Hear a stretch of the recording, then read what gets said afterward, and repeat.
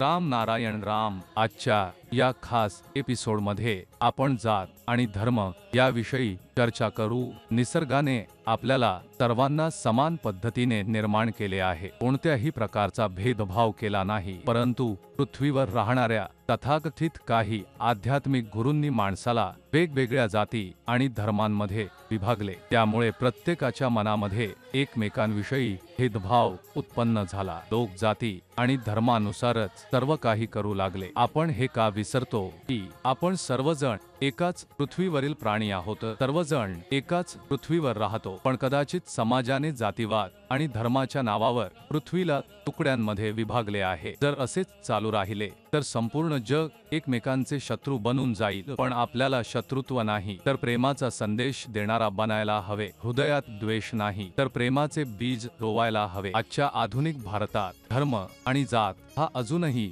इतका गंभीर मुद्दा आहे. त्याने लोकांच्या मनावर सक्त पकड बसवली आहे. इतकी सक्त पकड बहुतेक लोक त्या विचारांमध्येच अडकून राहिले आहेत. जर सर्वांना कर्माच्या आधारावर, निसर्गाच्या आधारावर ठेवले गेले आणि त्यानुसार सर्व प्रक्रिया चालू राहिली तर प्रत्येक वर्ग, प्रत्येक क्षेत्राच्या समस्या त्याचप्रमाणे सोडवू शकतील. भारतामध्ये जात आणि धर्माचा मुद्दा शेकडो वर्षांचा आहे, ज्याने समाजाला विभागले आणि त्याला वेगवेगळ्या गटांमध्ये विभागले आहे. जातव्यवस्था आणि धर्माच्या नावावर होणारा भेदभाव फक्त मानवतेविरुद्ध नाही तर सामाजिक प्रगतीमध्येही अडथळा निर्माण करतो. जात जी एक सामाजिक रचना होती, ती मूलतः समाजात कार्यांचा विभागणी करण्यासाठी बनवली गेली होती, पण वेळोवेळी ती एक कायमची ओळख आणि भेदभावाचे कारण बनली. जातीनुसार उंचनीचाची भावना समाजाला विभक्त करून गेली. यामुळे अनेक वर्ग आणि अल्पसंख्याकांना शिक्षण, रोजगार आणि समान संधी मिळवण्यात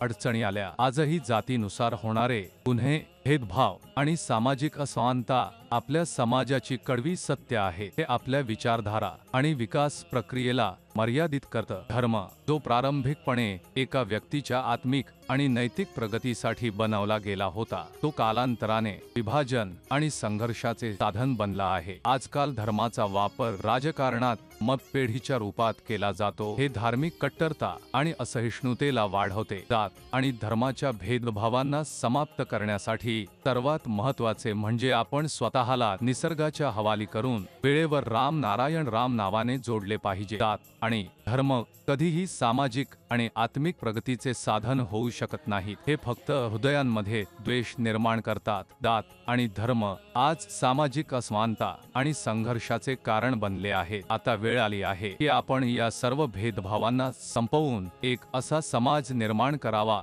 जो समानतावादी, धर्मनिरपेक्ष आणि प्रगतिशील असावा. हे तेव्हाच शक्य होईल जेव्हा आपण आपल्या विवेकावर, आपल्या मनावर विश्वास ठेवू, निसर्गाशी जोडले जाऊ आणि राम नारायण रामचे जप नियमितपणे करीत जाऊ. निसर्गच सर्वात मोठा धर्म आहे आणि प्रत्येक व्यक्तीला हे समजून घेणे आवश्यक आहे. जेव्हा एखादी व्यक्ती राम नारायण राम सोबत जोडली जाते तेव्हा तिच्या जीवनाला एक नवीन दृष्टिकोन प्राप्त होतो आणि हाच नवीन दृष्टिकोन आपल्याला नवीन ऊर्जा देतो आणि जीवनाला यशस्वी बनवतो. राम नारायण राम द्वारे लोकांना नेहमीच हे शिकवले जाते की नेहमीच आपली विचारधारा सकारात्मक ठेवा, जीवनात नेहमी चांगले कार्य करा आणि जिथे शक्य असेल तिथे लोकांचे भले करा. राम नारायण रामच्या माध्यमातून समाजातील पसरलेल्या नकारात्मक ऊर्जा कधीच समाप्त करण्याचा प्रयत्न केला जातो, ज्यामुळे समाजात अंधकार दूर होईल आणि जागरूकतेचे उजळते प्रकाश पसरू शकेल. राम नारायण राम सोबत जोडून लोकांचे जीवन यशस्वी होत आहे आणि ते सतत यशाच्या मार्गावर प्रगती करत आहेत.